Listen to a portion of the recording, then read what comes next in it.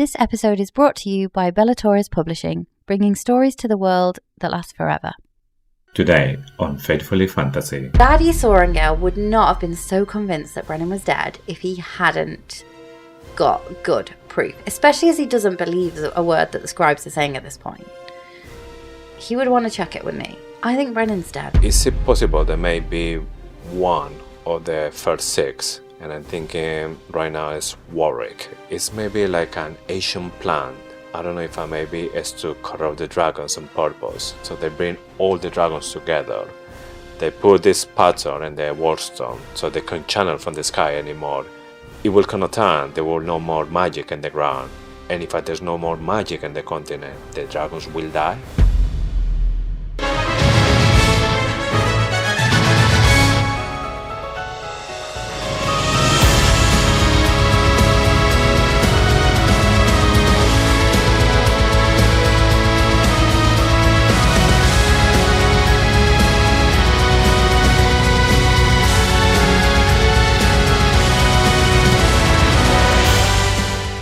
Hello and welcome to Faithfully Fantasy. The husband and wife podcast talking all things Onyx Storm. I'm JC. And I'm Sean. Today we're diving into chapters 18 through 20. And just heads up, we do swear, scream and spiral, so listener discretion is advised. This episode will contain spoilers from all three books, as well as snippets of information we've had from Rebecca Yarros since the release of the third book. Today I'm going to have to try and get my head back in the Empyrean game after I have absolutely chain read Metal Slinger, and I'm not okay. I had to as soon as I finished Metal Slinger by Rachel Snyder today, I had to immediately put a call out to set up a recovery group, a support group. If anybody is feeling the same as I was this morning when I finished Metal Slinger, just drop us a DM and join the group on Instagram. We are talking theories, character development. We're talking all things Metal Slinger in the group. We also have a Quicksilver recovery support group. Likewise, if you want to join that, just send us a DM on Instagram. We're going to be diving into Quicksilver in advance of Brimstone coming out in November. Although Empyrean brought us together, we have a couple of other groups that you might be interested in. Also, love getting lost in theories with us? You can now get even more exclusive monthly content, early episodes, access, and totally ad-free listening. Try it free, cancel anytime, and the best part, our most magical perks are waiting for you at faithfullyfantasy.com. Or if it's easier, subscribe directly on Spotify or Apple Podcasts. We got you covered so you can choose the plan that fits you best. And without further ado, let's get into a squad brief. Yes. So today we crack open Daddy Sorrengail's research without triggering any ink explosions or self-destruct runes, feeling like true code breakers. Our mission takes us to Anchor, where we snag the citrine amulet and watch Aura Bindhaven lose her cool and torch Commander Grady in a fiery spectacle, only to end up as a wyvern kebab. We leave Anchor in flames and face the scenarium. Violet puts Markham, Daddy Atos and Holden firmly in their place as she picks her quest squad, and it's a real doozy, including her ex, her current lover, the Quadrant smartass, two people who have tried to kill her, and of course the only person Daddy says to trust. Oh, and we can't forget whichever redhead looks after Holden whenever he stubs his toe. Mira gets uncomfortably close to Drake Cordella's. Well, let's just say she makes her point. Well, we have some interesting things to say about these chapters. We have some theories, so just stay tuned because it's a lot of details we're going to break in this episode. Time for a history lesson. Let's dive deep and see what the past is hiding about the future. Chapter 18? Chapter 18. So we'll start with the epigraph, as usual. I cannot imagine sustainable life beyond the Emerald Sea. No ship has ever survived the tempests that form its ice-tipped waves, and the only sailors who return from her exploration do so defeated. The Last Admiral, a memoir by Admiral Levian Crosslight. What do we think is beyond the Emerald Sea? More islands? Do you think? I mean, why not? At the moment, it's like there's no information about it, so maybe we find maybe the island where the 7 Dain dragon are. Nah, it's too cold up there. It's definitely too cold. Beyond that. Are you seriously thinking that Grady was right? I think they're from the Barrens. So it gives me Kraken vibes. Gives me like big sea monster vibes. Yeah. Obviously, they're talking about the sailors, but there's nothing about dragons, because if you're going in a dragon, you will go all the time flying, but if you don't know where you're going, is it worth it? Yeah, and there's no magic, so... Yeah. Maybe the Irids would make it, I guess, because they can take magic from the sky. Do you think we'll ever go? I don't think we will. Right now, I can't see like a specific reason to explore those lands. No, I think this epigraph is only here just to prove how incompetent Grady is. Yeah. I think it's just another nail in his flaming coffin. So that's all, really.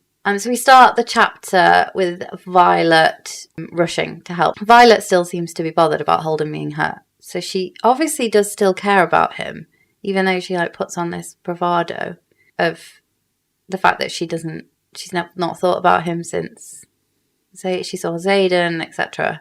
She rushes forward and she's like, oh Jesus, and then she's really annoyed with Xaden for doing it. I don't know whether she's more annoyed because he's putting on this show and he's supposed to be a professor. That's kind of a bit unprofessor-like, isn't it?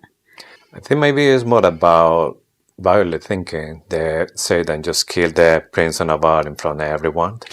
So she's just like rushing to make sure that he's still alive. Yeah, true. Because one of the things that she notices is there's no cracks in the wall. So for her, it's kind of like saying, okay, so I didn't drop it down hard, or didn't push it that hard. So it's a good thing.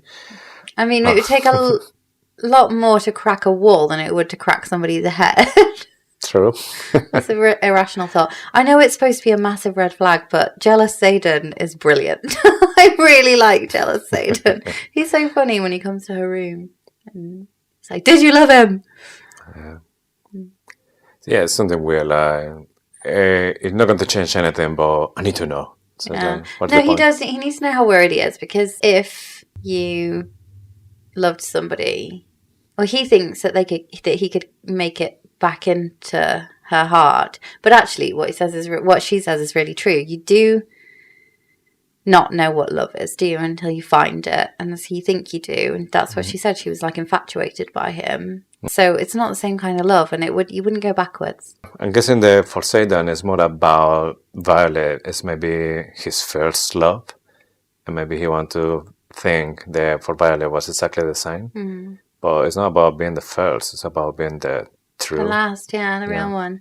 Unless he dies. Yeah, but we need to wait until that part first. He's not going to die. I'm so confident he's not going to die. We see Xaden push the prince, he hits the wall, and the first one to jump is Anna. There's Holden's guard, and it's a redhead. The latest redhead, yeah. Yes, so Violet notices right away, like, oh no, just only the guard. Like, yeah, she's redhead, totally his type. So again, we're still thinking that maybe Rebecca Yarros has something about redhead woman. Yeah. Yeah. Anyway, all publicity is good publicity for redheads at this point. So one of the things that caught my attention about this scene is that Xaden goes to like see the prince and is like kind of apologizing in front of everyone, but then at the same time he goes closer to him and say that he has a remarkable hearing because the shadows. Yeah. So can we then confirm that he can listen with the shadows as well? Yeah. He said that in the last one, didn't he? He said that in Iron Flame. Yeah, it's been a couple of times because even, I think, Eric, when they go into the archive... Like, did your shadows tell you that? Yeah, we definitely knew that he could listen with the shadows. I'm guessing there's everything, isn't it? So he can see, he can hear... he's everywhere thanks to the shadows. Yeah, what's the balance? There must be some kind of... Can he use maybe because he touched a lot Violet, and she said he got like a lot of control with the shadows. So I feel like he can feel as well. He knows how much pressure he's putting on her skin. So it's like all 5 senses are into the shadows. Yeah. Can he smell with the shadows? Great question. I don't think he can see with the shadows. I think he can like feel what's there. I don't know, because when Violet and Fourth Wing, she was hiding in the tree, it felt like he saw her, or he noticed that she was there because she went into the shadows. So I don't know but if don't you maybe think the picture comes to his mind, and then he knew that there was somebody there. I think he can feel that there's somebody there. I don't think he necessarily knew it was Violet. Did her scalp prickle? Because he would have just read her intentions. That's how he knew she wasn't going to say anything. He knew she was there. He knew she was there the whole time. Yeah. But he also knew that she was. As far as I can remember, is when he is asking her, "Are you going to tell everyone about my secret club?" And then it's when she felt it. But I can't remember. She felt it on top of the tree. And this is the other question that I had too. Just if he can listen everything because he had the shadows, does it give it the right to do it? Because imagine if you're talking with somebody on your phone, and I had an app or a device that allowed me to listen whatever you're talking with somebody. I'm probably talking about Fourth Wing, so it doesn't really matter. I know, but it's the fact that I'm listening a private conversation. So just because I had the power to do it doesn't mean that I can just do it. Yeah, absolutely. Obviously. Yeah, no privacy at all. Yeah, but I don't think he would do that. I think he would do that like for classified stuff. That's how he knew. That's how he led a rebellion a revolution, as we get confirmed in this chapter. So, Daddy Sorrengail's research. We're finally going to get into it. Aimsa is the password. Seems like Daddy Sorrengail suspected that the dragons were not to be trusted, or at least not all of them, because he says he failed Brennan when he let him cross the parapet. He failed Miro and he failed to stop her doing the same thing. That feels like he didn't want his children bonding with dragons. Not just that, I mean, it could be that he just didn't want them to die because they were going into the Death College, but it feels like he knew because of his research and because of the fables of the Baron. Yeah, I just feel like he knew, but he still put Aimsa as the power. I wonder how he felt about Aimsa, and if he knew that all the dragons were bad, could he even trust Lilith at all points in his research, or did he even keep some stuff from Lilith because of the dragons? I'm guessing that at this point, Ansel was such an important being in the family because if something happened to the dragon, automatically Lily will die. So the full family will be affected. I'm guessing that's why he's saying that the first love is irreplaceable because once the dragon dies, that's it. That's the end for the story for the writer as well. So Xaden loses control. And Violet is sat in the room and she's like, Ree's like, shall we just, they're too nervous to open the research. So shall we just sit and talk about how you used to date a prince? And Xaden's complete and utter lack of control made it obvious that he just found out that Holden was her ex. And she's like, Violet's like, his complete and utter lack of control is because he's a Venin. It's not because he's a Venin. He would have done that before. He told her he would do that when she found out about Cat, and she said, how would you feel? And he would be like, I would want to like throw him into a wall or something. He said like foreshadowing. And this is why we have to pay attention to absolutely everything Rebecca Yarros says at every single point in the book, because it comes back and it happens. But I get the feeling that this lack of control and this jealousy and this love that he's feeling for her, yes, jealousy can be toxic, but also like people get jealous. That is a sign that you really care about someone. Like, I don't know, don't come at me. But I feel like there is a healthy level of jealousy. If you didn't care about anything, then, like, what's the point? So I feel like that's a good sign that he's still in there. And Theophany is always talking about how Venin don't feel love. They don't feel things that strongly. They don't care about people. Xaden is still there. And I think it matters that he turned for love. Yeah, for me, it's nothing weird about Xaden reacting that way. I was expecting this in Fort Wayne, Iron Flame, like before the transformation. It's just Xaden, it's his way to be. He's possessive. For him, Violet is everything. And really when he sees Holden like getting close and it's about to touch her, he loses it. Yeah, and he's asking her out for dinner as well. And yeah, he's listening all of that conversation. And for him, it must be something easy to handle because he can maybe read the intentions as well. Well, at this point, Yeah. he's not just reading the intentions. That we're going to talk about it when we get there. But Can he read his intentions? Has he gone past the shield? So, he said that they built the wards and only certain signets could go through them. Does that mean, was Holden on the other side of the ward at this point? I think he was, wasn't he? And so that means that Xaden's signet worked through the wards as well. So when he said with some exceptions, he meant the lightning wielding and inntinnsic. yeah. That's interesting. Rhea and Violin, they're going back to talking about the research. So the research is protected as well with 6 vats full of ink.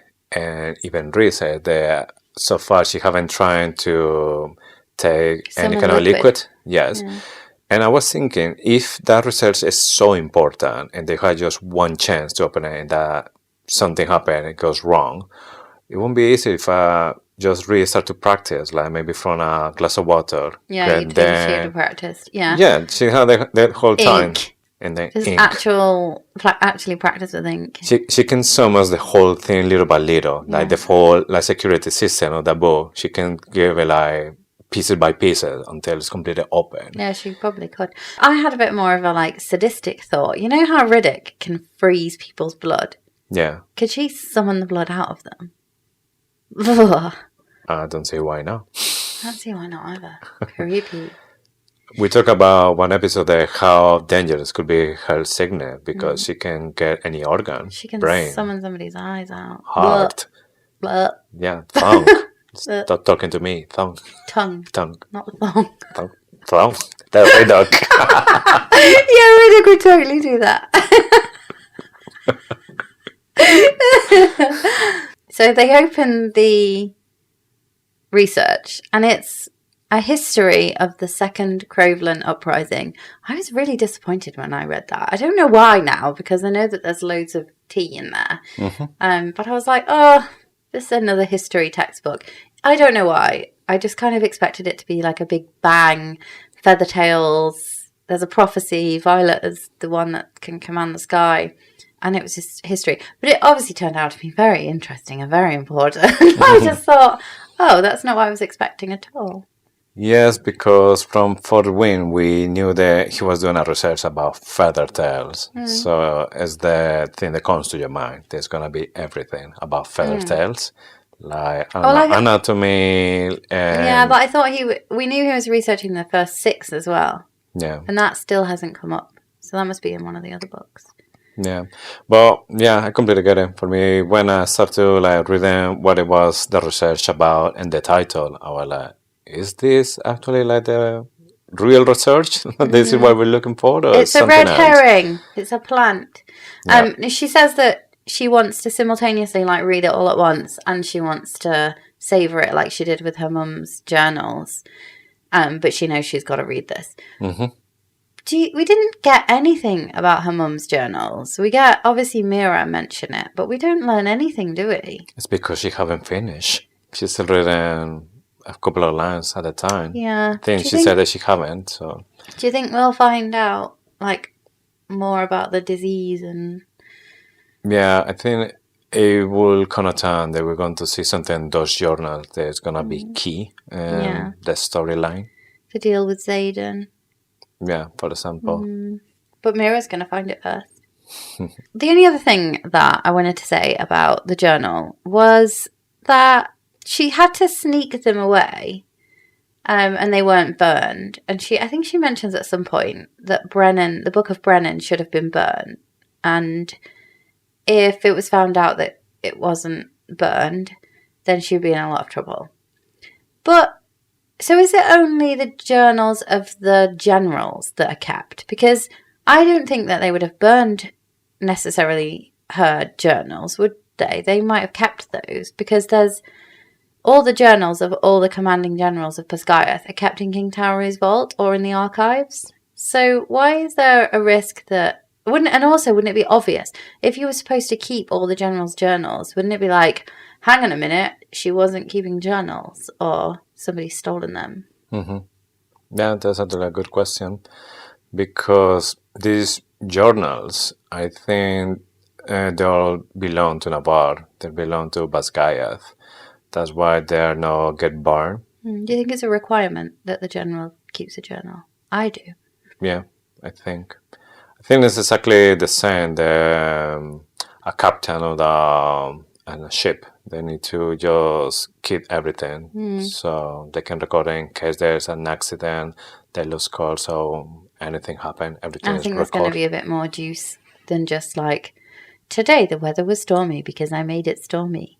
And this happened. I think there's going to be some like, I cannot trust anyone. Bloody Theophany is just right there. Yeah. Athos is still being a pain. Colonel Athos got banished to the coastal outpost because he's a total twat. That's what she wrote. Okay. So we get a letter from Daddy Sorrengail, and this letter is quite long. I like how he talks about it as a glorious mess that is the first draft. And I thought they're the words of a writer. And I wondered if you that resonated with you after you've written your book. Yes, and an author. I don't know if I have said this in this podcast before. A few times. Yeah, but wrote Memoirs of Luzbel, link in the bio. This is my subtle way to do advertising to my book. But yes, at least in my case, when I'm writing a book, I just trying to get as much as possible as fast as I can. I don't try to polish or trying to make it perfect in the first go. Because for me, it's just, I need to kind of like put a structure. And it doesn't matter if it's not perfect, because I'm going back. Yeah, but you have the benefit of Microsoft Word. Like, if you were having to handwrite this every time, that would be hard, wouldn't it? Like, you would want to get it as... Yeah, but he has, like, I don't know, pages or something, so he can just shuffle the pages when he's writing something that maybe he wants to add. So just like, yeah, so you start to making something little, from that little, you start to making bigger and better. So I definitely come with this idea as well. Yeah, it's definitely Rebecca Yarros talking as a writer, and Daddy Sorrengail, he's kind of like a writer. She's doing a research, and then he's putting the story and this research. Yeah. I'm going to read a bit of the letter because I have a theory. Okay. If I walk alongside Malik with your brother, so one, he really believes that Brennan is dead. I also think he is dead. I also think he's dead. I wonder if it's Nailin disguised as Brennan. Right, I know we've been through this, but think back. We know that Asums can disguise themselves very, very effectively, and Mavens can disguise themselves. And why would they make such a big point of that and you just would not know? And we've got so many reasons to think that Brennan is Venin. And I know that we love to suspect Brennan on this podcast. But I just wonder if Asums and Maven can become other people altogether. And that is how they disguise themselves. And that is why Brennan was reluctant to come to Basgiath within the wards. That is why Brennan wanted to focus on daggers and not wards in Erasure. That is why he can move super fast. And all of these things. I just wonder. So my theory is that Daddy Sorrengail would not have been so convinced that Brennan was dead if he hadn't got good proof. Especially as he doesn't believe a word that the scribes are saying at this point. He would want to check it, wouldn't he? I think Brennan's dead. I can give you that because I remember when we went with a deep dive for Iron Flame and we saw the first time the rune on Brennan's hand. My first thought was that rune was a masking rune. Yeah. Because in Erasure they use this rune so the people who go in from outside see like everything is destroyed so they don't see their reality. Yeah. So I thought this was doing whatever is there being Brennan. It was doing this. Then when Violet was saying that, yeah, he looks different, but at the same time, yes, it's Brennan. Then the way that he talks, the way that he behaves is Brennan. So it's not what it is. For me, it was like, if it's not Brennan, it has to be somebody that was so close to Brennan that knows exactly how to behave for everything related to Brennan. And he was in love with them. Yeah. The thing that I don't know why he's behaving as a Brennan. Maybe because love it so much, he couldn't bring him back to life. Then he just put in himself as a Brennan to keep Maybe the Nailing memory. is like fully bad. Yeah. But the thing that makes me think this theory is too wild and bonkers is because wouldn't Tan know? Unless the masking was so effective that it even masked him from his former dragon. And I think Brennan would have made more of a thing about... I mean, Nayland Brennan would have made more of a thing about the bond between Violet and Tan. But I do think... the reason I think Brennan is dead... So, Rebecca Yarros said she does not bring people back from the dead. Yeah, and she's lying. She's either... No, I don't think she's lying, because Jack didn't die. He wasn't on the death roll. Mm-hmm. So, there's Brennan. two things. Either Brennan didn't die, or he's dead. Like, those... The real one. Yeah. It's a zombie. Yeah, it's like a reanimated dead person. Or Yeah. somebody masking themselves as Brennan. Mm-hmm. Otherwise, she just brought him back from the dead. I mean, it's a fair point that he might not have died. Nayland gave everything. It didn't necessarily resurrect him. It said that he did. Mm-hmm. Or the book says that he did. But he could have just like stopped him from dying, couldn't he? But anyway, Yeah. I don't think Brennan... I think Brennan's dead. I don't think Brennan is Brennan. Yeah. I have so far the theory that for me it makes more sense at the moment, at this point with all the information that we have. We have been told a couple of times here about there's different kind of venom. They like the one that are chasing power, and then they are the one who are transformed for love. I think Brennan is a venom, and he was transformed for love. But it was Nolan the one who make it turn into venom, so he can be alive. He channeled Earth power. Yeah, he's a into him. siphon, so he channeled all the power from the ground, passing to Brennan to bring him back to life. All the power turns Brennan into a venom, but Nolan sacrificed himself because he loved him so much. All the power and all the love going to Brennan. So Brennan has red eyes and veins, because he was like all the power they requires to bring him back. So in appearance, he's a full venom, and that's why he had that rune in the hand, because he wants to be a human. And now we know that yes, a sage and maven. Nayland burned out and died. Yes. Okay, this is a good theory. I do like this one. I think it makes total sense. At the moment, with the information that we have, it's like the one that I think is the most I like possible. it. Yeah. In this letter from Daddy Sorrengail to Violet, he says that there's a chance that maybe he will be Basgiath or Malik and Brennan. That he wishes that maybe they can just be together reading this and laughing, but it's a fair chance that he won't be there. And also it's possible that her mother it won't be there neither. So obviously he knew that whatever he was doing or whatever he found out was so dangerous that it could be end his life, the life of Lilith, and that research was so important that even his own daughter should risk her life to protect that research. So for me, there's so much more stuff going on here, and it's not just leadership trying to hide the Venin and the Wyvern from the rest of the public. I think there's much more Yeah, here. there has to be. It can't just be about those eggs, right? It can't just be the fact that Crovler made a deal with Umbriel to steal them eggs. They tried to steal them eggs. They couldn't. So Umbriel withdrew their forces. Like, that's not... I just... Unless I'm missing something, that just isn't that interesting. Is it because they wanted the gifts of the Feathertails and they wanted to attack? Or, like, what is that? Because they have no access to power on the island. So what were they going to do? Come over and live here? Like, it doesn't make sense. Yes, I mean, all the problems that started, it was just right after the wars were raised in Navarre.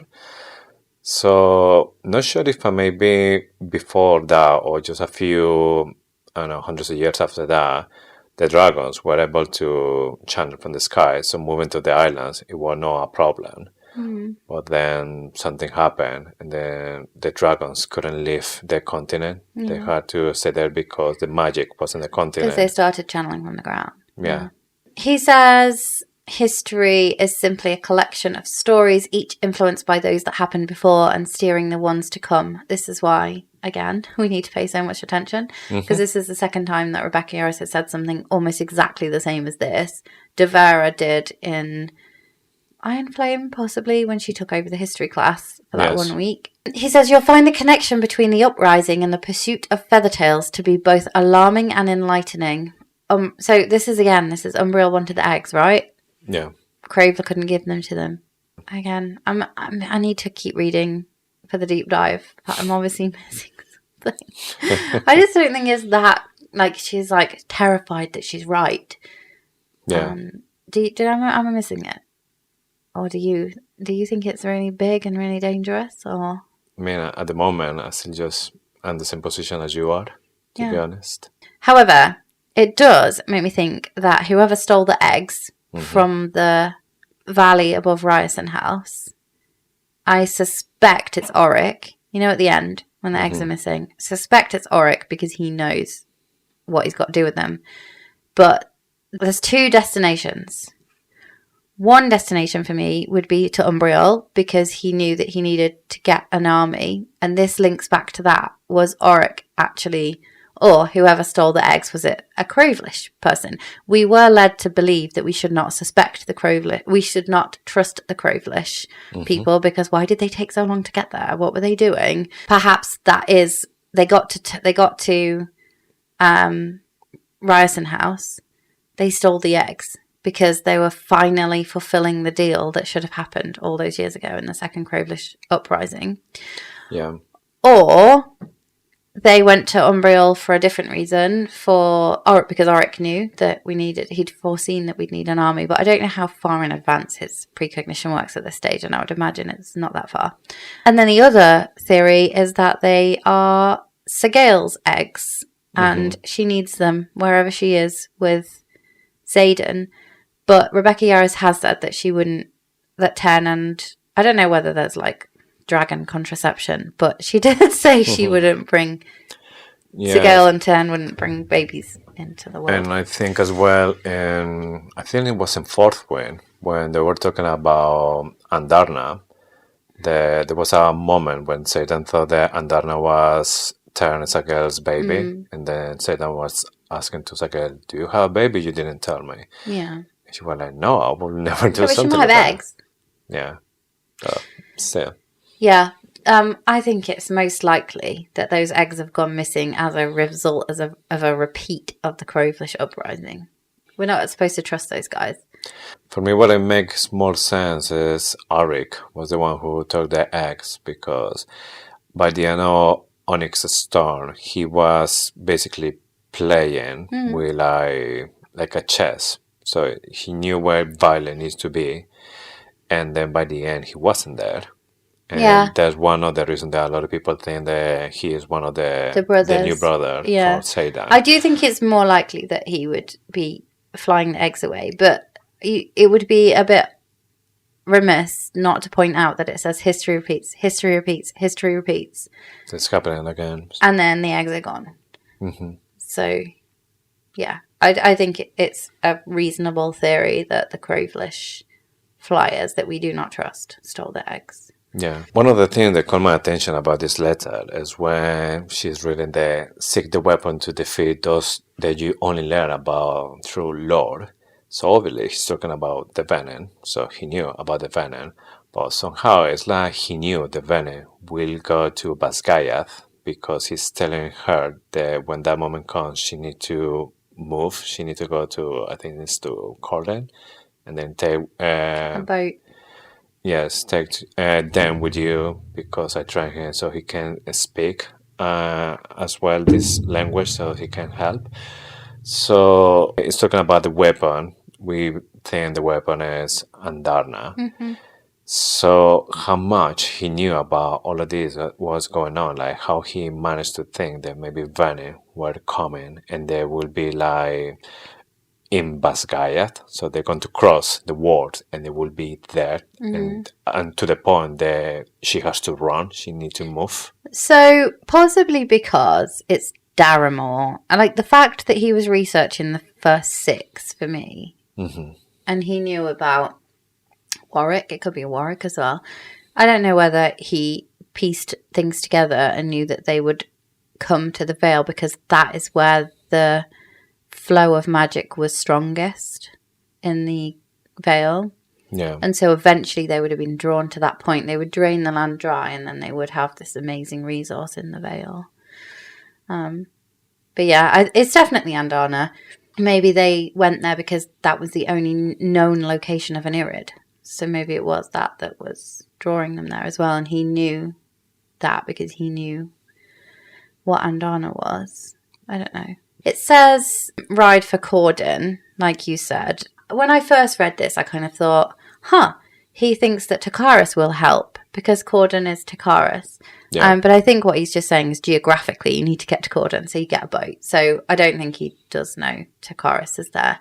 But there was some suspicion from Daddy Sorrengail that Dain might not be a rider. So there was maybe a time where Dain was going to be a scribe, which is interesting because is that another person with a scribe brain?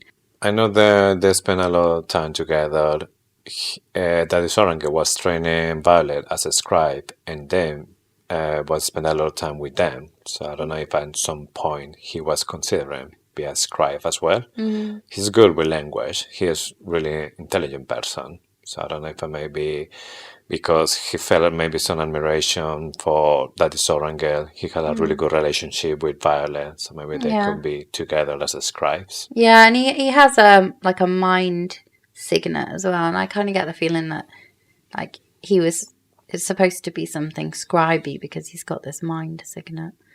Yes, but there was something that for me is like really important about this sentence because as an author, it's not just about what is in the page, it's about what is not or what is missing, because there's a lot of details there. So that is Sorrengail. What he says is, if he follows in the footsteps of his father, you need to let go his affection for him. There was a reference before about the parapet, like maybe if Dain decided to cross the parapet, and then after they said if he wants to follow the same steps his father, but for some reason I don't think he's thinking about crossing the parapet as a rider, follow the steps as a rider. I think that the Sorrengail knew the Colonel Atos, and at this point was doing something really bad. Yeah. And if Dain was going to follow those steps, then Violet shouldn't be with him. Yeah. Because it's not because he's going to be a rider. Lilith is a rider. Brennan was a rider for but he says he failed them. Yes, but they're still part of the family. Yeah. So I get being it. a rider is not that bad for he to say to her, if I follow the same steps, you need to let it go, his affection, your affection for him. So I think it's definitely saying General Atos now is doing something dodgy. He's been doing it for a long time. Daddy Sorrengail found out. Yeah. And it's like warning. We know that he stopped trusting him at some point, didn't he? Because he didn't tell him about the research. He knew about the research, but he didn't tell him what was in it. The only question now is, did Atos follow the steps of his father No. after turning into a rider? Oh, no, I'm just saying, just leave it there. Dain We'll see in next book what happened. All right, then. He does say trust only mirror. 10, isn't it, that says there's no magic beyond the continent, and that's why dragons remain. And he says why it's surprising that Irids left our shores. It's just another hint that they either haven't left, they're still in the Barrens, or they take magic from the sky. And we know now, don't we, that they take magic from the sky. And it just feels like the other dragons have forgotten their roots, and I wonder if they can't channel from the sky because the wards stop them from doing that. And they've just kind of forgotten that because they've been raised under the wards now for hundreds of years. There's no dragons left, is there, that are 600 years old since before the wards. So, yeah. Yeah, that's a question that I have. In this continent, how magic is born? Because so far we see there's a relationship between dragons and magic. But it's like when a dragon finds a new hatching ground, is it because the magic is strong there? Or once the dragon decides to have a hatching ground in that specific point, That draws the magic. then is when it boosts the magic. So I it's think like, it's the what is first one. first, the dragon or the magic? I think it's where the magic is closest to the surface. Mm-hmm. It draws the dragons because they want power. So I got really, really confused. And it says we need to take something so valuable. And Andana says, I know what we need to take with us. And Ten says, I've come to the same conclusion, but I do not wish to spend time with nursery gossips. What does that mean? Is he talking about eggs again? Is it her eggshell? You know they take her eggshell with them. Yeah. But then why does he say, I do not wish to spend my time with nursery gossips? Is that he doesn't want to go and help her get it? So for me, it was the eggshell, what they're talking about. But that particular sentence, I don't know if maybe all the dragon eggs are exactly in the same place. And then if you want that one, you have to go where you have feather tails or baby dragons all around. And that's what Ten doesn't want. Just be there surrounded by baby dragons. And then what you doing? Why you taking that? And that kind of stuff. Yeah, so he's not going to go help. Yeah. I wanted to talk about we've got this episode to come, but I think that Violet's hair is a total red herring. She was touched by Dune, but I also think, isn't it a bit suspicious that the Irid dragon eggs are exactly the same? They're like black fading to silver. Yeah. Bit suspicious, isn't it? Irid dragon blood, anyone? Right. So, jealous Xaden arrives to Violet's door. He's asking about Holden. Did you love him? Yeah. Again, we've said this already, but I think her response makes total sense here. Mm-hmm. Might be an awkward conversation. You know, I've definitely thought I was in love before I met you. Mm-hmm. I wasn't when it turned out, but I did think that. And I think that that's what Violet's trying to explain there. And I think Rebecca Yarros says it really well. Is nobody following Xaden at this point? Where's Aura fucking Binehaven? She's everywhere. Where's Caroline Ashton? Mm-hmm. He just seems to get away with it. He snuck in, been angry, grabbed a bomb, had a kiss. Mm. Well, he's been outside, so I don't know if maybe he was walking through the woods or something, somebody was following, and then Shadow Daddy just used the shadow to disappear, and they were like, where is he? That's a good point. I should have taken into account his signet. I feel a fool. Something interesting in this conversation, Violet said, yes, that she's been before Dain and Holden, and Xaden said, yes, I picked a lot of things about what he was thinking.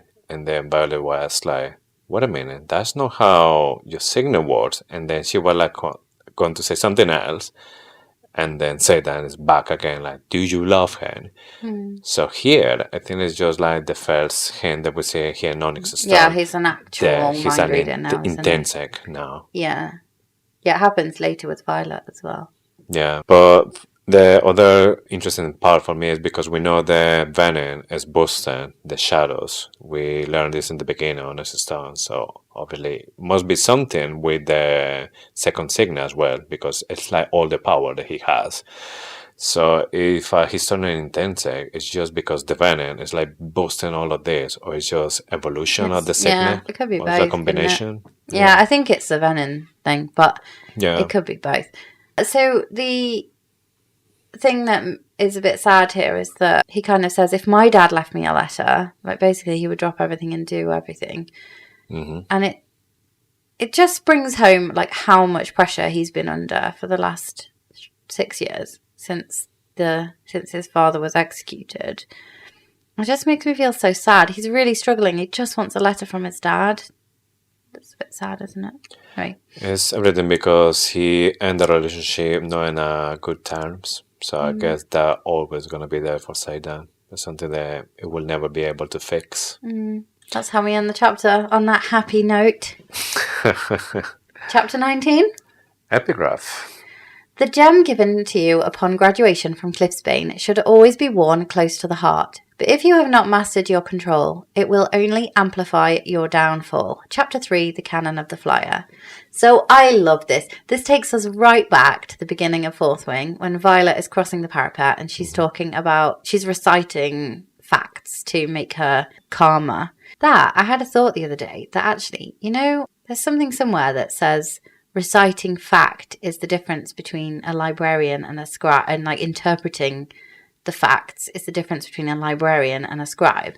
And the fact that she just recites facts, it's like shows that she shouldn't have been a scribe. She's got a scribe brain, but she's reciting facts to keep herself calm. Anyway, that's a side track. She talks about Poromil being famous for crystals that amplify lesser magic.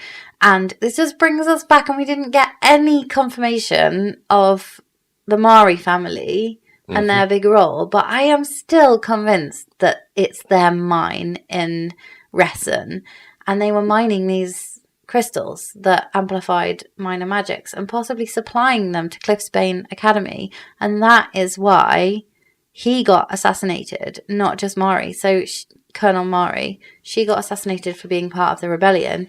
They didn't assassinate the spouses just for being their spouses. They assassinated the people who were directly involved, and they physically went to kill him. And obviously we know that the Mari family crest, it was on the box in Ressen, and the explosives, and we now know it's Meersite, which is like literally their surname. So I thought we'd get a bit more intelligence on that. But anyway, my headcanon is that Liam and Sloane's dad was supplying these crystals. Obviously not this particular one, because that was 650 years ago. I do think it's clever, this epigraph, because we know that signets do this. If you can't master control of your signet, then it will lead to your downfall. So yeah, I feel like this is quite a clever epigraph. It brings in what's about to happen, but it also gives you some detail about the crystal, the fact that the flyers get a crystal. Kat never graduated. Does she have a crystal? Is it confirmed that they get their crystal? Don't remember seeing any reference of her having a crystal, but I know that she's really powerful. But I think that is just natural. It's nothing to do with a crystal. Yeah, I would love to know more about Cliffsbane. I think it's just the people who graduate, because this epigraph says that if you haven't mastered your gift, then it will be your downfall. So I'm guessing that one of the requirements is that you have to graduate, and then you get it. Hopefully there's not like a big stash of these crystals at Cliffsbane, and now the Venin have them all, because all the signets and the lesser magic is amplified anyway when you're a Venin. That's not just because they stole them from Cliffsbane, is it? No, because Xaden hasn't got one. We start this episode with a quest squad, and now Mira is joining the team, thanks to Holden. So I don't know if maybe he's thinking there's getting some points here with Violet, like just like moving some strings to make this happen. Maybe, but I thought Grady had been like fine with that. I thought he'd written a letter to the Southern Wing, which was actually... So I thought he was trying to get Mira anyway. I thought Mira was there anyway. So did I. What is saying that tends to Holden? Just make it happen like faster, maybe, or... Nah, Holden's probably taking the credit, isn't he? Yeah, could be. So, we hear, my skin tingles as we slip down into the valleys through the Esbons, and I'm struck with the oddest urge to try and pluck strands from the very sky and weave runes. So, this is where I think Violet could possibly do this even without Andana. You know how Venin can channel from the ground? If they're instructed, there must be a way to channel directly from the sky without or dragon. And I wonder if that's what she's doing when Andana goes. And the fact it's no accident, is it? This is major foreshadowing for the fact that the Irids can channel from the sky, because she specifically says pluck strands of power from the sky and weave runes. And we know she only uses Andana's magic to make runes. She doesn't use Terns because it's too ferocious and angry, and the she describes Andana's pearlescent channel as like more approachable and kind of controlled. Mm-hmm. And that just shows again that the dragons are channeling from the ground. It's bad. Andana is channeling from the sky. It's good. And there's not a mistake that she's put that in that sentence. And it's just so obvious. And I can't believe that we didn't realise it from the beginning. Tan says Violet is getting more powerful and is now capable of recognising what was once invisible to her. Mm-hmm. And Andana's like, I would recognise it too if you let me come. And again, it's just another bit of foreshadowing, isn't it? So, I mentioned this a bit earlier, but I have a theory that the wards actually stop the dragons from channeling from the sky. And I think Andana potentially is not able to do that within the wards either. I think she did it in Erasure, and possibly that's why her dreamless sleep was like insane, because she started doing it in Erasure, fueled by the sky. But actually in Basgiath, perhaps she can't do it. My other question is, could this perhaps have been removed by accident when they tampered with the wardstone? We've been saying that we think that the protection against the wyvern possibly could have gone, but actually, could the restriction of the dragons channeling from the sky have been lifted by accident? Like a happy accident. So I think Andana channels from the sky because she's so old. Her egg is 650 years old, that her line hasn't had the chance to be corrupted yet, because she haven't learned how to channel from the ground. Yeah, she's just doing what's natural to her, whereas something's happened with the dragons, hasn't it, where they have to channel from the ground. Yeah. Talking about all of this, about the wards, something that has been mentioned before is that the two ward stones between Erasure and Avar, they are different. We know the one in Avar, they had some diamonds. The one on Erasure doesn't have. We know that when they start to create the walls, they basically, all the hatching ground they were all around the continent, they were poured into Navarre. So all the dragons basically came to the walls. So I was thinking, is it possible that maybe one of the first six, and I'm thinking right now is Warwick, because Warwick is like, he was kind of like, it looks that he was in charge of the wars in Navarre. He was the one who said that he didn't want to share that knowledge when Lyra said that should be for everyone. So and the reason the people on the continent, they can protect themselves. Lyra was the one who was doing the one for Erasure. That one doesn't have those diamonds. So I was wondering, it's maybe like an Asian plan. I don't know if maybe it's to corrupt the dragons on purpose. So they bring all the dragons together. They put this pattern in the wardstone, so they can't channel from the sky anymore. They had to start channeling from the ground, and because it's going to take time until it's like a natural evolution. So every single dragon now, when it starts to burn, they don't channel from the ground. They start to channel. They don't channel from the sky. They start to channel from the ground. So I'm just thinking, is it maybe like a plan to, I don't know if it's to corrupt the dragons on purpose. And what is the purpose? It's because maybe they want to eradicate the dragons, because once they learn draining the land, it will come a time there will no more magic in the ground. And if there's no more magic in the continent, the dragons will die. So I don't know if it's like a long-term plan to eradicate all the dragons from the continent. Could be. Yeah. So that's the thing that I found like interesting. Something's going on with the wars, but we don't know if the dragons are aware about it, or if there's dragons that are actually doing something. It could totally be both, couldn't it? Yeah. I think we'll find out more about why the dragons channel from the ground in book 4.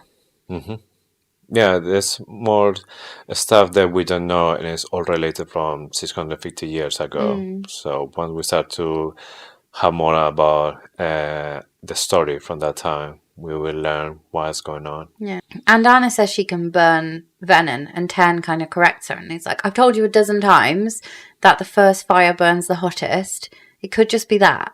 You're not different. We're not falling for that, right? No, she's a 7 Dain dragon, and they highlight more power against Venin. Yeah. So definitely, I don't think it's the first fire. I think that's 7 Dain dragons thing. So we arrived in Anka. We see that the place is all being drained. We had a little bit reference about how this place has been built. It's basically like lot of buildings, houses everywhere really close together with some bridge that connects one with another one. So it looks like a maze, and it's definitely not dragon friendly. Just wonder if maybe they just want to make sure they know dragon riders go to the place. Yeah, but wouldn't a dragon just smash into it if it really wanted to? Yeah, I was thinking the same. I guess they don't need it, but it was like in hindsight, it's not very fire safe, is it? But it's like it sounded just like the design of London in the 1600s, but they're very close together. Basically, that was why the Great Fire of London in 1666 was so devastating, because it just spread like that down through the houses, across the bridges that connected them. The houses kind of had canopies across where the toilets were, so you just like throw all the dump all the urine on the street. Nice. Yeah, but yeah, that's why a fire is so devastating, as we're about to see. It just absolutely ravages through types of structures like that. Yeah, I was wondering if maybe Rogers got some inspiration from the Great Fire of London. Yeah, possibly. And when they're looking for the place, when they can find this gem, Xaden had like a new mantra. So he's just walking in every single time when something's happening, he's just like, calm, cool, collected. He needs one of those like really corny signs that you put on your wall, like live, laugh, love. Yeah. Cool, calm, collected. Yeah, and he's like putting the hands in the pockets, like, I'm really chill. And even Mira was like, what, it's your new mantra now that you're a duke. But you see like this kind of like relationship that's really good between Xaden and Mira. Yeah. And Xaden were like, no, I just don't want to explode in front of Grady. Yeah. Because the whole thing is just ridiculous. Yeah. So they're going to get the citrine. You know how I'm like really interested in the different types of crystals. Well, citrine is supposed to get rid of destructive tendencies. So like reduce your self-destructive tendencies. So I think Xaden could do with one of these to get rid of his like rage and jealousy and his veninism. So he can actually be calm, cool, collected. Yeah, he needs some citrine. So according to the latest intelligence that they have, wielding within a drained territory isn't just difficult because the dragon can't channel from the ground to do it, but it also seems to draw venin. So that means that because there's no power around there, it's very easy to detect any power. There's an extra risk that if they wield, then it's like a big beacon that attracts like spidey sensors, venin sensors. Yeah. I feel like we can't get through this episode without talking about Grady. Why is he so incompetent? And like, he was put in as a professor of land and nav. So this is him effectively in his element, crossing enemy lines, landing on the ground, being separated from his dragon. This is what he was teaching them to do. And he's just put together this absolutely nonsense squad. I do have a suspicion that he is being inappropriate with Aura fucking Binehaven. I think there's something going on between them two.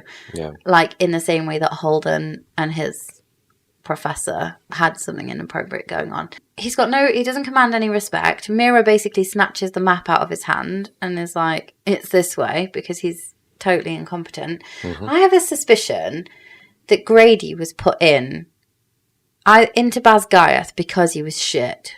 And he was put in there by Varish and Atos. And it was all at this time where things were happening, or Melgren was interfering. I feel like he was put in there on purpose because he was incompetent. I liked him in Iron Flame. I honestly thought he was going to be good. Just totally incompetent. But yeah, I just had this suspicion that Atos and Varish had something to do with him being there. I'm not sure because I genuinely believe that he just got promoted because all the people above her, they just got killed. So it's like one of these kind of places that if you stay longer, you get promoted. Yeah. Even if you don't deserve it just because you're next. But, And we'll see later on in this same chapter what's going to happen with that vacancy. yeah, So- yeah. Good point. But the fact that Mira said, if I didn't know better, I would think he was setting this mission up to fail. And that's why I Sure. think he's on Atos's side. Yeah, that Doesn't he wants matter. the mission I mean, to fail. he's going to get absolutely roasted, isn't he, in a minute? But I just wondered, like, is Atos actually actively trying to sabotage stuff through Grady? And does it even matter now that Grady's dead? We don't know. Also, Aura Binehaven has this, like, flint in her hand. She's standing ready. Is she totally useless? Can she not make fire without a spark? It's like Bruce Springsteen. Can't start a fire. Can she not? Like, because Carr didn't. I don't know. Is she just useless? Is that just another sign about how she's a third year and she still needs to make her own spark? That part for me was a little bit weird as well, but I don't know if it has to be because they're in a land that has been trained, so she need like fire to boost. control it, because right now she can't like create it by herself. Could be.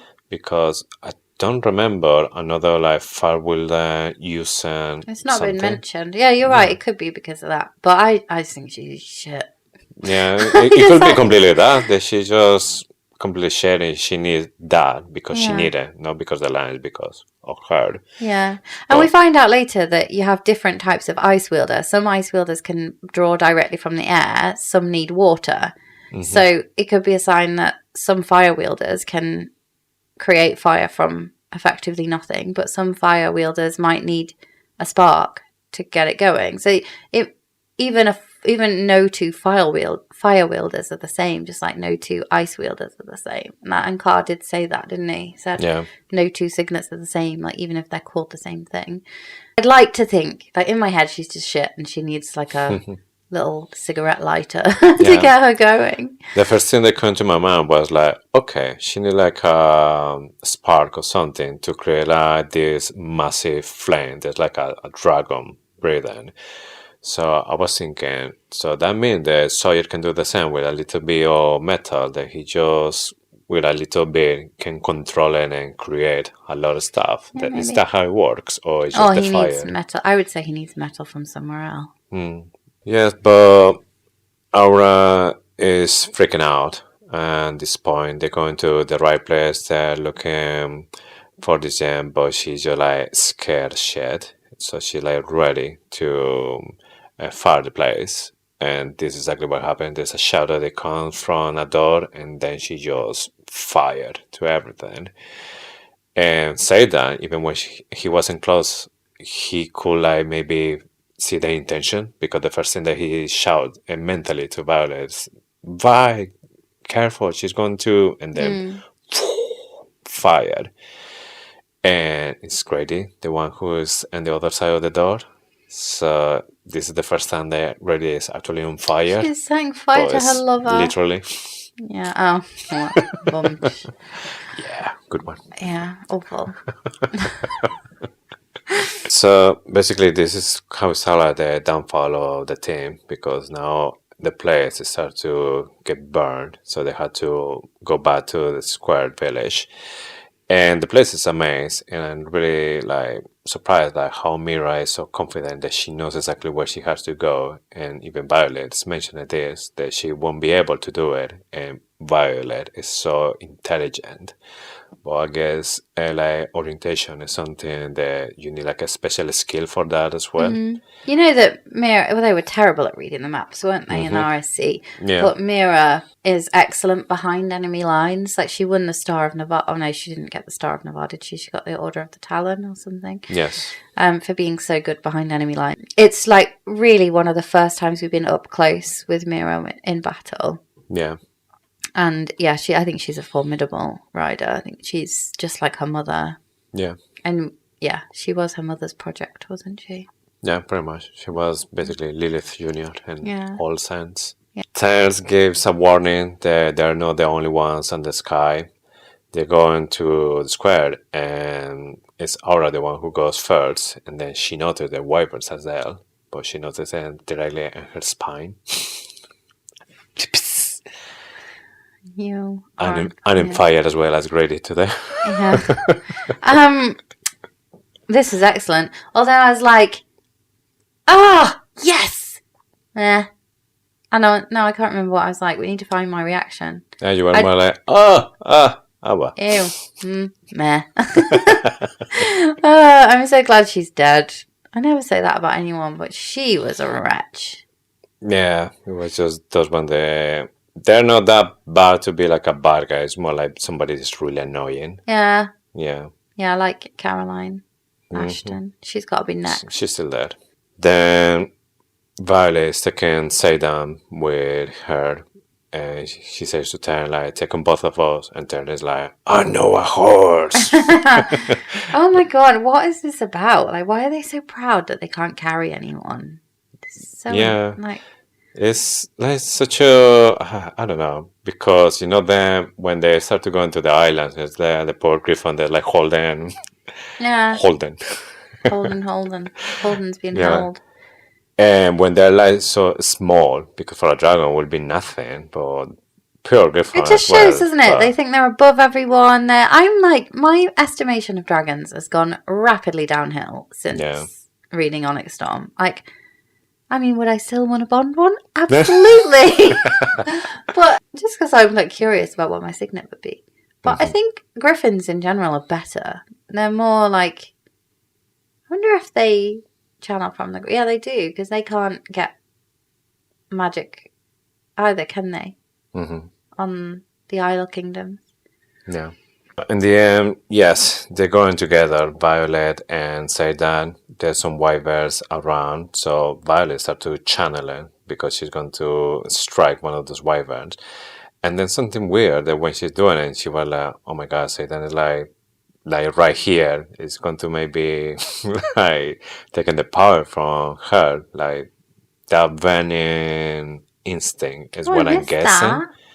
Yeah, so it's like she says something that's like, I'm channeling all this power, and Xaden is just right there. So it maybe there's gonna be like temptation for him because they're outside the walls. Oh, I missed that completely. And then it's when Taryn said that you've been wielding a lot when he is like closer than this. Yeah, that is and funny. then she was like, yeah, I'm not even thinking like how he knows that. Well, it's a little bit like awkward of Ted to bring that up, isn't it? Yeah, but at the same time, I think there's a little bit like awkward from Violet think that like he said that it doesn't want even touch her like sex or anything because he cared that he's not going to do it on purpose, or he's not going to do it without even realizing. It is tempting for him to just steal a bit of extra power. Yeah, I find it just like weird. All of them, they managed to escape. They go back to Samara. They found out that Mira, she managed to grab the gem, and also a letter that was there for the lightning wielder.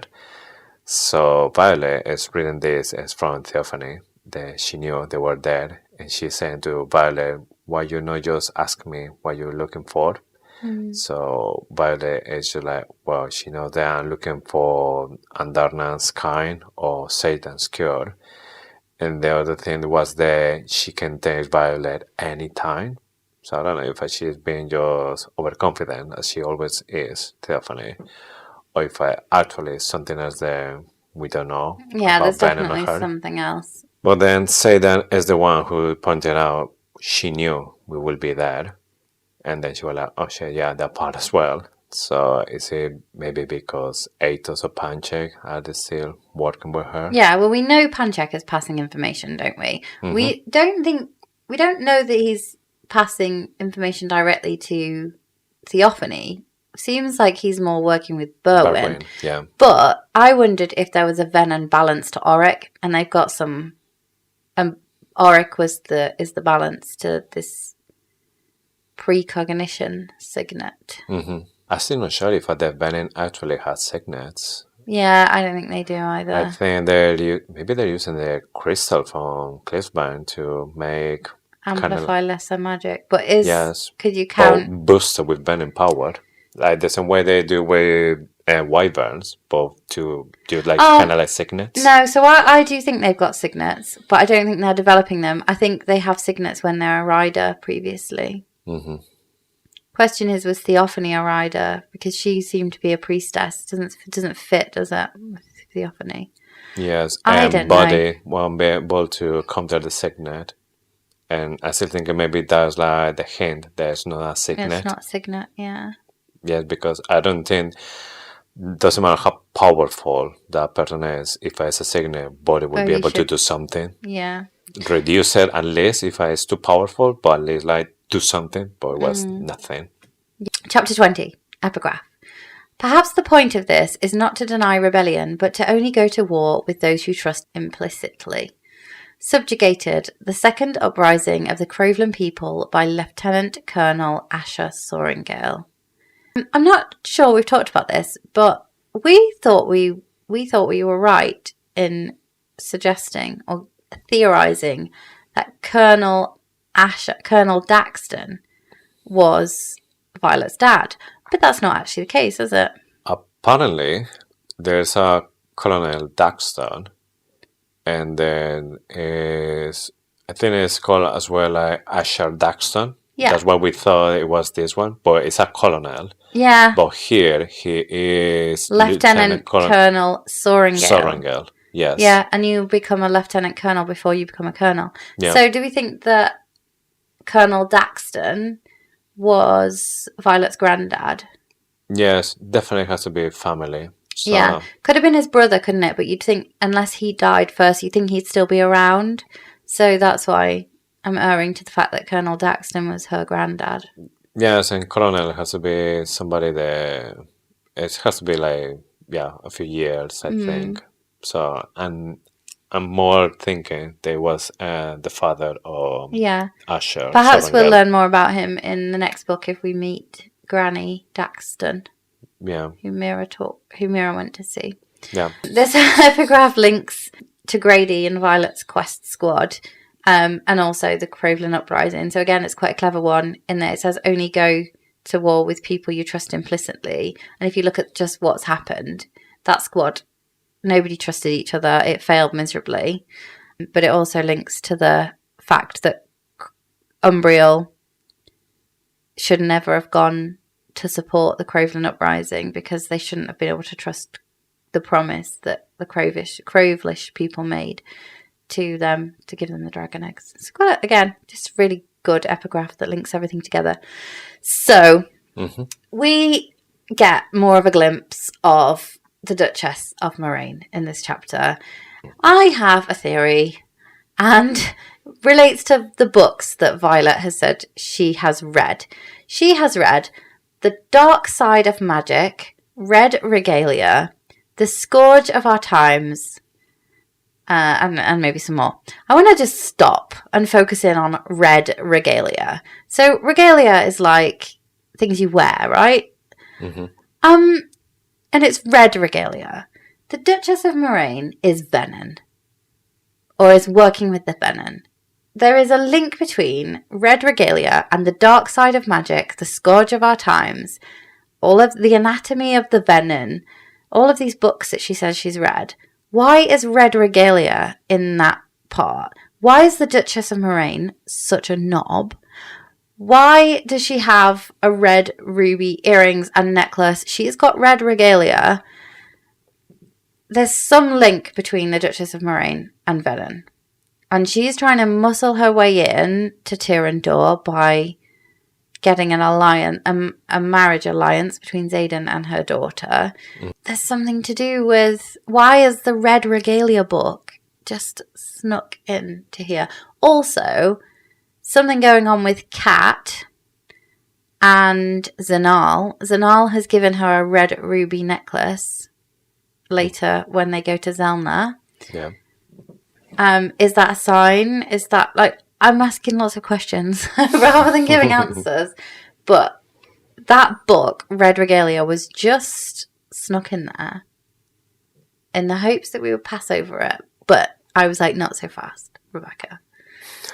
There's something there, isn't there? So you think that maybe when she's asking to Xaden to consider the proposal of her daughter, so it's not just between royal family come together, it's more about Venin family come together. Yeah, possibly. I don't know if rubies were somehow linked to the royal family of, or the nobility of the barons. And perhaps these red regalia, these red ruby artifacts are now finding their way to other parts of the continent and to the Isle Kingdoms, being traded somehow for something, like perhaps being traded for your loyalty and things like that. And perhaps the loyalty of Moraine has been, the Duchess of Moraine has been bought by some kind of Venin leader. She's not necessarily Venin, but I feel like there's a link there between the rubies. There was another Venin. Was it Theophany or was it the other Venin with them when they went to break out? They went to jailbreak Jack. That was Theophany. There was with a the ruby Yeah, there. and the sword. Violet has a ruby-hilted sword. Dagger, sorry. There's just these rubies popping up everywhere. And I think this is where we get the link that they're linked to either the Barons or to Venin. Yeah, in this series, colors are a really important thing. So we have like different kind of dragons with the Venin. Now we start to see there's like different flames as well. We don't know yet why is that. We see like some kind of not royals, but like really important people wearing this kind of jewelry. I remember as well when we went to Arabia and Surrey, she was wearing, I think, like an emerald or something. She just she has an emerald ring. So, yes, I don't know. That's interesting. So, a green one. But now we know that emerald rings are linked to Tyrrendor, because we know that Violet has the emerald ring. It's at the same ring. Could be the same, because the one that has is from like the Arabia ring or something like this, or from the sword from... I can't remember. Was she just looking after it? Was Sorry just looking after it? But we know emeralds are important. We know green eyes are important. Oryx has very green eyes. Imogen has very green eyes. Yeah. We know red rubies are important. We know that red eyes are important. So, yeah. I just think the fact that the Red Regalia book being slipped in there is a major clue. Yeah. It's a Red Regalia flag. Yeah. In this chapter, Violet has to go back to the scenario to like start to think what's gonna be the next step to follow, and she is just like, I'm not taking more shit about these people. She's just mentally prepared that it's gonna be just what I want. When they're getting close, Radok is just with her telling that I want to go, and she's just like focus. When they're getting close, she's seeing that there's a cat with a new flyer that she haven't seen before. And she was like, I thought that maybe she would have a chance with Trigger, but maybe this guy means something for her. But obviously, this is just like the first entrance from Mr. Drake. And they were just talking there. And Radok is just like keep pushing that he needs to go. Then when he gives like the orange, and then they find out that he can frozen the orange from inside, and that he can like feel like... That's terrifying, isn't it? Yes, the particles of water in the air, and he can use it to froze it. So yeah, it's literally like Elsa. They just can... Would you die? Or would you just be like cryogenically preserved? You will die, definitely. Because your heart will start pumping blood. So yeah, it will stop. Am I being stupid? Isn't there a thing where like they think that they can freeze people? Is that just sci-fi? I think so far where they can process just like really small living things. For like humans. Am I thinking about sci-fi? Like when they... Yeah, you're thinking about Disney. And that's trips to space. I'm not thinking of Disney. I'm thinking of like space movies. Yeah. They get frozen for a couple of centuries and they just like start defrosting and go back to Yeah. life. Is that not real? I'm statistically intelligent. Why did I believe that could happen? As far as I know, no. I think right now I'm saying out loud, it's obviously not a thing. No, I think what is right now an option is that you can froze your body and you can conserve, but there's no guarantees that you're going to go back. So the option is that you get frozen. And maybe in the future, if we find out how to bring these people back, then we might be able to do it. Okay. So we know how to frozen people. We don't know how to bring them back. In the freezer. Yeah. Okay. I'm going to Google this later. Oh gosh. It's so funny because in the movie with Brenda Fraser, that he was like a caveman. They got frozen, and then he got defrozen in modern days. If we just get defrozen, then he just come back to life. Yeah, That's exactly. That's reality for you. Yeah. That's how it works. Well, it was until you just ruined it. Oops, sorry. But yeah, they are like completely in shock. Like, oh my God, Rita, can you do that with a person as well? And we're like, well, I haven't tried it, but why not? Yeah. Yeah. And then Violet's like, yeah, let's go. Yeah, We're but going it's not together. because of that, is it? But no, obviously you can see the Rita here is start to grow and it start to show, because one thing that he says, and I was like, yeah, Rita, well done. And when he said that it really pissed me off when you guys are like, my sense of humor somehow lessens my ability to show up for our squad. Yeah, I think that's Rebecca Yarros directly talking to the fans. Yeah, just because he is the kind of comedy relief. You shouldn't take him that he is not good, or he can bring a lot of stuff to the team. Yeah. And that's something that we will see in next chapters. Yeah. And we find out that the reason he's good at this is because he's spending time practicing his signet. But we learn he's also spending so many hours sat next to Sawyer waiting for him to wake up. Yeah. Isn't that just so cute? He's just really loyal. He's definitely a really good friend because he's there for Sawyer when he needs somebody like the most. And then when Violet is about to go to this adventure, he wants to be there as well. And he's the one who said that when we are together, you are fine. You're going by yourself, and then you get tortured, you get this, you get that. So obviously, there's a trend that when we are together, we still like fine. I'm going to take this opportunity to send a direct message to Rebecca Yarros. She's listening. If she ever sees definitely. this. Yes. Can we make definitely. make sure she sees this? Please, Rebecca, do not take Riddick away from us. We can't cope. Yeah, but you remember when we were talking in the previous episode, I think that he is definitely with Sanal. Maybe because of that, he might be the one who will go through all the end. I changed my mind last week because of that. Zanal is with him. He gets kissed from Zanal.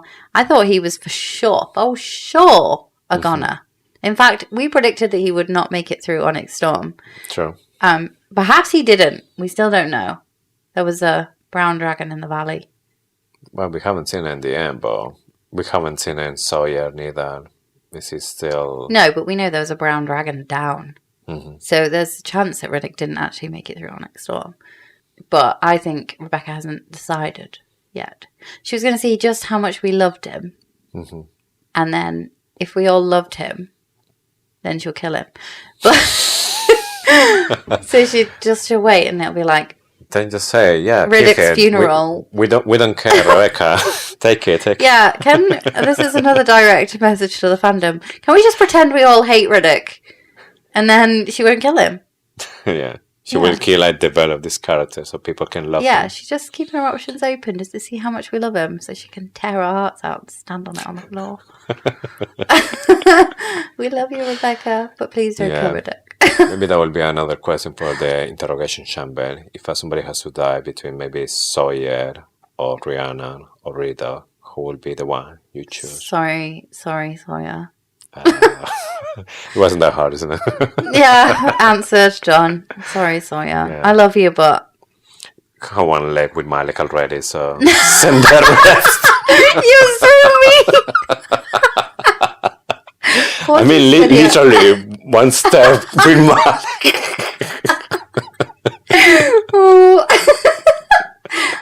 I think that that would be pretty hard on Jacinia, but we need Ree because we know her signet is like. I'm just thinking purely practically. That we know that metal. I was going to say metal slingers. I'm really, really in this rabbit hole. Metal manipulators are like 10 a penny. There's loads of them. Sorry, Sawyer. You're fantastic and you're grit and yeah. I mean, it's a difficult choice. Yeah, just. It's also not that difficult.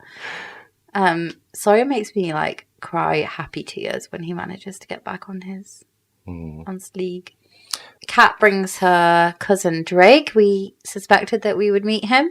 We also suspect that Mira and Drake will hit it off and they'll ride off into the sunset with Broccoli. Violet immediately kind of assumes that he's a new love interest for Kat rather than a cousin. Yeah, she just noticed when she got close and then she saw the Cordella and they're like, oh, it's actually Before a that, cousin. she says she was hoping that Kat would give Traeger a shot, so that's just a bit of foreshadowing. For later, Captain Jarrett, right, I'm going down this road again. Another one from Samara. Are we not suspecting that Varish and Atos have something to do with this? Even Varish is dead, like, acting beyond. It's another one. It's like, maybe, I mean, if you think of it if you think of it like in the, give them the benefit of the doubt, they're getting the riders who are closest to the front line, because Samara is right on the front line. But if you think about it, like, cynically, which I always do, it's another one. He's not that competent. He's apparently the best sword fighter, but Xaden can take him down no problem. Xaden took him down bare hands, no magic. So, like, I don't know. Just another more one. people around. Yeah. Is it, again, like they just want the mission to fail? That's a really good question because so far we don't see like more people from other outposts or anything going on. It's just everything so far is coming from Samara. So I don't know if it's just because it's the closest. The one that at the moment they don't need that many people there. Yeah. I love the interaction between Violet and Markham. Markham wants to search Erasure, and she is just like, you do not speak to me. As far as I'm concerned, you have the integrity of a rat, or whatever she said.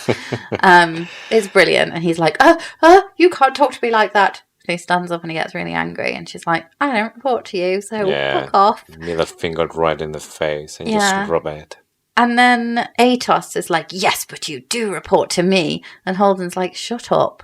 So I hope we keep Dain's dad in this story for as long as possible, and we just keep seeing him get humiliated like this. Like, it's so great. It's really entertaining when these grade A arseholes get humiliated in front of a big audience, and I loved this one. This is the first time we saw Markham in the story, right? Yes, I think so. It was funny as well because he was like saying that, we need to go to Erasure because we have some years of history or records missing. Like, come on, you had like 650 years of records like hiding, and now you're complaining that you had like not hidden from him though, are they? Yeah, that's why he wants them. That history is not hidden from him. He's like I think he is a Hadean worshipper. You know how scribes don't normally worship something, pray for something that should be earned and not given. I think he just wants everything to be, and I think that's why he's seeking for knowledge. Yeah. It just shows how much Violet has changed, doesn't it, since Iron Flame, where she's just, no, my way or the highway. The only thing that I will let you have is we will leave the day after tomorrow. That is the only thing I think that remains intact from the original scroll that was given to her by King Tauri. Yeah. So she's not even just disobeying Holden's plans. She's disobeying King Tauri's. Yeah. I'm just thinking about Violet in this situation. Her ex-boyfriend is the prince, that next in line to the throne. Yeah. Her current boyfriend is the Duke of Erasure. Tyrandor. Eventually. Sorry, yeah. Good point. Duke of Tyrandor. Not to mention, which is probably what I should have led with rather than like linking her to powerful men, her first dragon, or arguably we think her second dragon, is second only in power to Coda. Her first dragon, or second dragon, depending on which way you look at it, Andana, is the only known Irid to all these people. We know there's more now, but we don't at this point in time. She has all the power here. Absolutely all the power. And this just, like, Markham and Atos have, like, properly been pied. Xaden has been overruled. King Tauri has been overruled. This is just a sign of things to come, isn't it? That Violet has all the power in this situation. Plus, she's aligning well there. Yeah. Just with the signal, it's like who And a got to stop dream her? walker. She can manipulate dreams. Yeah. Yeah. But yes, she had changed so much. They've been holding. She was like looking at her as even Violet said as he never seen before. And something I think is really sweet in this part, the Tern says to Violet, is because he never saw you like this because you are not the same. And it's just showing like how much she had grown. Yeah. Yeah, definitely. And then we're treated to more of the Duchess of Moraine, aren't we? She hates the Flyers, and she thinks Xaden is a traitor, but she wants her line of succession to go to Tyrandor as well. She's obviously got big ambitions, hasn't she? Just coming back to my theory, if she was a Venin hiding in plain sight, she would know at this point that Xaden was Venin. Initiative, yeah. Yeah. And like you say, is it maybe a different type of alliance you're looking for now? I can't take her seriously, though. No offense to anyone called Eileen, but I'm like, come on, Eileen. It's one of those songs, one of those names. She's called Eileen. Yeah. Which actually means light, I think. Light. I think so. I've read that before. I don't know in which language it would be. I think it's just an etymology, like the name, like how Shan is a gift from the gods. Yeah. Don't know what Juan is. Same, isn't it? No, I think mine is just like brave, like a brave man or something like that. That's it. Yeah, but, I think Eileen is linked to light somehow. I don't know, I should probably check that. Maybe Scottish Gaelic or something. It's not Scottish Gaelic. That's an interesting point, though. There was some dragons' names raised. So we learned Aura Binehaven's dragon's name in this one, and I can't remember it. But I did Google it, and I noticed a commentary that none of the new dragon names, I think we only got 3 in this book, none of them are Scottish Gaelic, because there was quite a pushback, I think, about how Scottish Gaelic has been used in the stories. Really? I was looking for other means and names in my reread from Fourth Wing, the Spanish version. And I don't remember, we saw before the names of Tern's parents. And I was just looking for those ones because the first introduction from Tern, when he said I'm Ternana, and he said like son of this and son of that. So I was just like doing a little research, like, we never found out like what it means now that we know there's Scottish Gaelic. But it's just one of them it means teeth. And the other one, I think it means like overweight or something like this. Oh. So like, okay, no many clues for here. Yeah, it's just something like random. Random names. Yeah, So I'm like, I thought I was like following something really good. You found a then, clue. No. Yeah, I'm surprised they didn't call it nice try or something like that. Yeah. Like, it's just completely trolling me. Troll. Yeah, what's Scottish Gaelic for troll? For troll. Yeah, trollanak. Son of Trollanek. Son of you've been trolled. So we find out here as well that Drake was instrumental in bringing down the wards at Montserrat. We finally find out who was behind it after the bonus chapter where we all started to suspect Dain because Xaden says he was out of breath. But we think now that he just said he was out of breath because he was just trying to offend it, just thinking of any insult. Mm-hmm. But Drake was the one that did it. Yeah, obviously Mira knew that, and when he found out that he was there, we know what happened. She got really close to him. Yeah, this is such a great interaction. Like she knees him in the balls, and he's like, "I've heard you," and then she just like taps him on the shoulder and is like, "Great." Yeah, like good boy. Yeah, she's got some reading to do. She's going to go off and read Lilith's journals. They're definitely going to come back next book. Yeah. So that's the end of the chapter by chapter deep dive. Now we'll do Oryx Augury. So in a nod to our favourite princes, Signet, we take a look at any theories that we've raised during this episode, with a view that maybe we'll stitch them together just before the next book comes out and kind of see if we still believe that by the time we've got through the deep dive. So what is your favourite theory that we've discussed today? So I'm gonna stay with the walls have intentionally modified to make the dragons start channeling from the ground, and there's a sinister reason for that. So I don't know what is specifically the reason to make the dragons to channel from the ground. If I just turning kind of like a venin animal, or if I just because it will reach the point that all the magic from the land it will drain and the dragons will die because they don't know how to channel from the sky because they completely forgot how to do it after centuries of channeling from the ground. So that's gonna be mine. Yeah, I really like that too. So I've done it again. In preparation for this episode, I thought it was going to be around Violet being able to channel from the sky without a dragon, but I changed my mind. I went so deep into this red regalia rabbit hole this episode that I now quite like my random theory that the rubies were originally a mark of the nobility, like represented the nobility in the barons.